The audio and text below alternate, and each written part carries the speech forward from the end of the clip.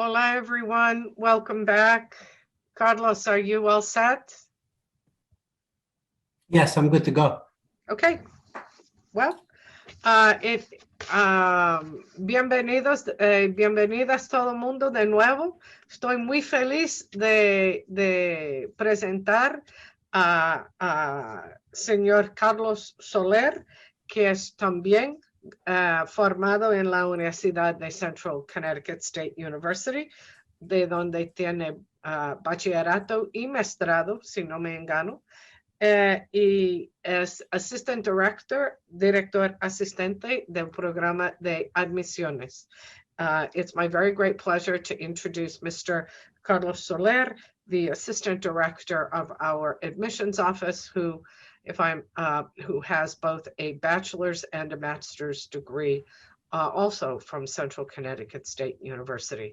Carlos, the floor is yours, and he's going to help us understand how to apply to the university. Hola a todo el mundo. El proceso para aplicar es bien fácil. Para muchas personas, para algunas personas se hace un poco más difícil, pero quiero explicar primero que si el hijo o la hija de ustedes o los estudiantes están atendiendo una escuela aquí en Connecticut, ellos pueden utilizar Common App. Common App es una aplicación donde ellos aplican una vez y la aplicación aplican a varias universidades a la misma vez. Es importante que los estudiantes hablen con sus consejeros para que ayuden en ese proceso. Para estudiantes que están definitivamente interesados con Central, pueden utilizar Common App o pueden utilizar nuestra página de web que está aquí enfrente de ustedes. Y para aplicar, tienen que... déjame bajar esto aquí, un momento. Oprimen Apply. Cuando uno va a Apply, uno va a apply undergraduate, pero también quiero yo creo que fue Carmen que habló sobre los papás o mejor una tía, un tío quieren entrar a la universidad. Tenemos programas de graduado y tenemos doctorados que estudiantes pueden aplicar. So we have graduate programs and we have doctoral programs here at the university for anybody who's interested in applying into those. Pero para aplicar undergraduate, to apply undergraduate, you will go to apply now, and then that will give you, as you can see here, it gives you the option of applying through Common App or applying through CollegeNet. So our application is here, as you can, I'm pointing to it, is our own individual application. And you can click there. This will force you to create a profile. So for students who are applying for the first time, you have to create an account, as you can see here. If you were a student and were accepted and decided not to come here and you create an account, then you will go to something like over here. But for first-time students, you have to create an account, as you can see here, and it's your email. You create your first and last name, your date of birth. Our system will send you an email. You will then, through that email, confirm that it is in fact you, and then the application will begin. You will provide us with all of the information of what major you're looking for, what time do you want to come in the fall or the spring. It'll give you all that information so that you can submit your application. We're looking for a number of documents in order to make your application complete. So you can apply, but then you have to send us your official transcripts from high school, or if you're transferring in from any institution that you're transferring in. For students who have international credits, so if you attended a school in Peru, or if you attended a university in, Argentina, Ecuador, Mexico, those credits can be evaluated by one of the NACC's organization. And I'll show you what that looks like real quickly, because there's a number of students that have bachelor's degree in their country, and they don't need to redo a second bachelor's degree here, they could just apply to the graduate program. So for the NACCES organization is basically a, let me find this real quickly. Bear with me. International. So once again, the NACCES are third-party organizations that will evaluate the transcripts from abroad, and then they will say, okay, this is what you took in Peru or Argentina or wherever you attended, and this is what they transfer into here in the United States. And then we get a copy of that report of your transcripts, and then we can accept you based on those transcripts. And these are some of the NACCES organizations that you can use. So some of the services, they do a lot of different things. There is a cost to this. So keep that in mind, that when you go through this process, if you have credits from other countries, so there are students also that took their first year or the second year in their native country. Those sometimes, depending on the student, need to also be either translated into English or evaluated so that we can then be able to review them. So going back to the application, once you apply, the supporting documents need to be official. So when you go to one of the NACCES, that is an official document. When you communicate with your high school and you have those transcripts sent to us, then those are official documents that we will receive. So the total documents are your transcripts that we need. We also need your 2 letters of recommendation, an essay, and SATs are optional this year. So you don't have to submit your SATs, and then we can still accept you to the university.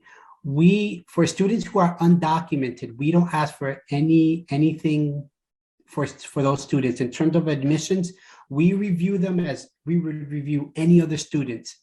Also, in terms of certain scholarships, they will obtain, the same scholarships as any other students, depending on a few factors. So when we are reviewing, based on merit, those students still can be awarded scholarships from the admissions department.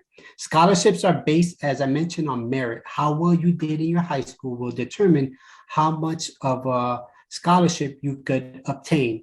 The highest that we have been awarding is $3,000. And that is guaranteed for 4 years, assuming you maintain a GPA, if I'm not mistaken, a 3.0 GPA. So as long as you have a 3.0 GPA, every year you get that scholarship. The highest is 3,000, the lowest is 500.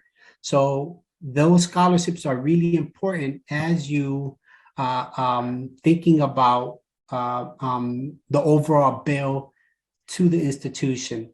So once you apply, we will look at your application. We will then determine if we can accept you regular, or we can determine if you're going to be a candidate for EOP. As Awilda mentioned, EOP is a great option for students. Keep in mind that for some students, we can send them to EOP. We could suggest and defer them to EOP, but a different university will accept them regular. So the student gets the option to choose, okay, do I want to go regular or do I want to do a summer program? And for most students all the students that we defer to EOP, there is an academic benefit into that program. So you have to consider that when you're making the decision, do I want to go to EOP or do I want to go regular somewhere else? That's something you have to kind of, determine if this is the best option to go into a program over the summer. I think it's the best option because you get, a great experience on our campus, but that's something that you have to consider. If we determine that you're regular, you will start receiving from us all the supporting information for your full enrollment. You'll receive sometime after your acceptance, you'll start receiving information about financial aid. And then in the future, you start receiving information about orientation and registration and all those different things that you have to encounter in order to fully enroll here at the university. So with that said, do I have any questions regarding the applications process? It's still, so it looks fairly simple. And if you find that you're having some issues, you can always give me a call, or you can reach me at my email. Let me see if I could go to the chat. I'm gonna put on my chat my email, and I'm also gonna put my number.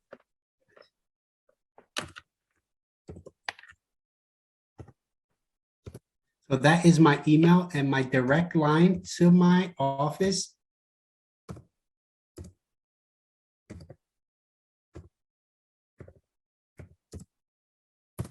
And that is my direct line. So you'll be able to reach out to me if you find any issues. But at this moment, do I have any questions regarding the applications process? Because I kind of simplified it because of it's hard to go into specific details if I don't have questions. So do you have any questions?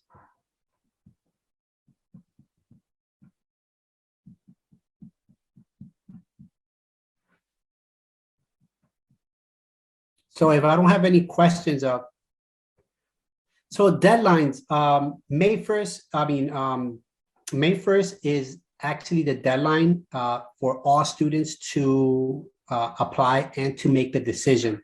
I don't encourage people to wait till the deadline because you miss out on opportunities. For example, EOP is first come, first serve. Those students who apply earlier have a better chance of getting in because they have less competition. So those students who apply earlier have a better chance. And there's additional benefits of applying earlier, such as the honors program. There is a financial benefit for the honors program. And if I'm not mistaken, it's around $5,000 that is waived from your tuition and fees a year if you maintain a 3.2 GPA. But we only accept, I think, about 50 students a year, first come, first serve. Often those students who apply earlier will have a better chance of getting in. Additionally, like the nursing program, right now we have a wait list for the nursing program because we have so much demand and we can't accept everybody. We already accepted our class, so everybody else is on a wait list right now. So May 1st is the deadline, but I would encourage you to not wait for May 1st. I think if you are a junior now, you should apply this November, first week of November, your application should be in. If you are a junior now, if you are a senior, your application should have been in, but it's still not too late. You can still apply and we still have room to accept students and we still are reviewing applications. Our application process is rolling. So when you submit all your information, we have about a 2-week turnaround on the most part to review your application. So if you apply today and all your information is in and is complete, then within 2 weeks, you have a decision for the most part, unless we're asking for more information, but usually we get our decisions are made fairly quickly. Carlos, thank you for all of that. And si las familias le gustarían visitar a la universidad, ¿cómo lo organizan? Very easy. As you can see the website here, you go to visit. And when you click on visit, it gives you our schedule and you could do a tour, right? There is a virtual tour and you could schedule a tour very easily. And then you select the date and time that you can come to our campus. We have 5 days out of the week that we have tours and we have Saturday tours. Last week, I conducted 3 Saturday tours. So every Saturday there's a tour. Every day of the week we have a 10 o'clock info session and tour and a 2 o'clock info session and tour. So you get to choose what date, what time, or if a weekend is better for you, you can choose a weekend. We also have open house coming up on the 9th of April. So students, you can sign up for open house and this is another opportunity for you to meet us and to visit the campus. Y hay guías que hablan español en... Currently, we only have one. And she's not too fluent in Spanish, to be honest, but she can communicate in Spanish. And Carlos, tengo una pregunta. ¿Ustedes organizan grupos latinos para cuando hacen los tours? That can be made through Okay. Nate. We have a person who is in charge of all of our group tours. Mhm. An email can be sent to me. I will forward it to him, and then he will look at potential dates that we have available, and then students can come in on that specific date if it's a big group. Okay, gracias. Gracias. Okay. Gracias todo mundo. Mirna, you have your hand up again? Yeah. Sí, una pregunta, Carlos, para los estudiantes que están viniendo los de el último año, ¿puede hablar sobre los AP y ECE cursos? Porque a veces ellos se lo olvidan. Oh yeah, so those AP courses, if you have a 3 or higher, you can receive academic credits for it.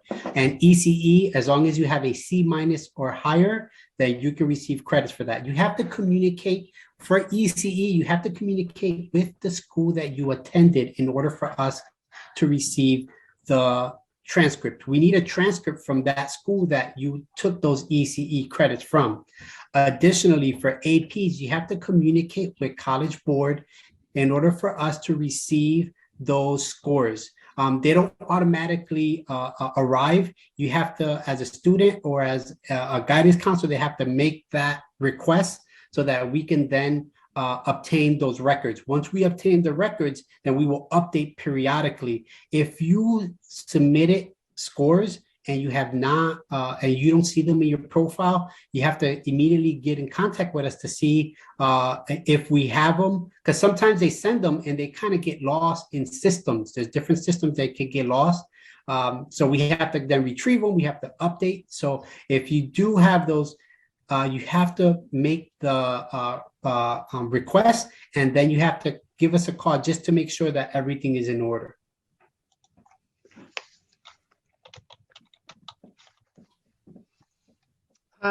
Gracias. ¿Hay más alguna cosa? ¿Hay más alguna cosa?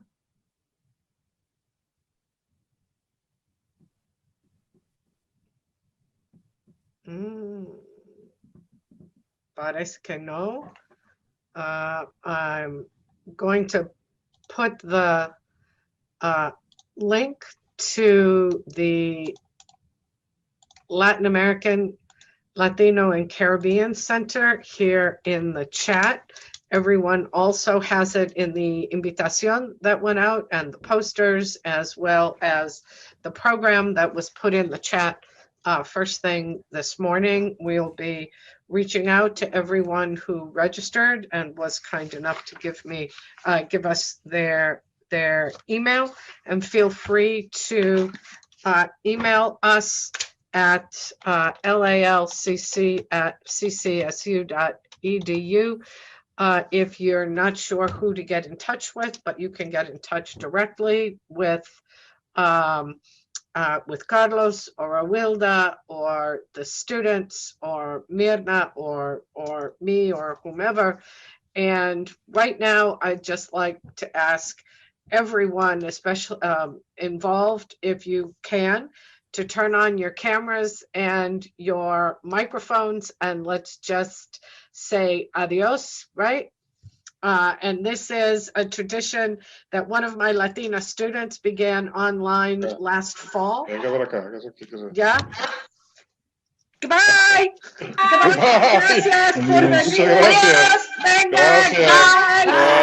Bye, bye. Hasta luego. Hasta luego. Bye, Lourdes. Chao. Adiós. Chao. Gracias por venir. Chao. Bye. See, I told you it's great Adiós. fun. We all wound up with a smile on our faces. Hasta luego. Hasta luego. Que pasen buenas Estaremos aquí tardes uno. a Ustedes celebrar. también, muchas gracias. Que vaya muy bien.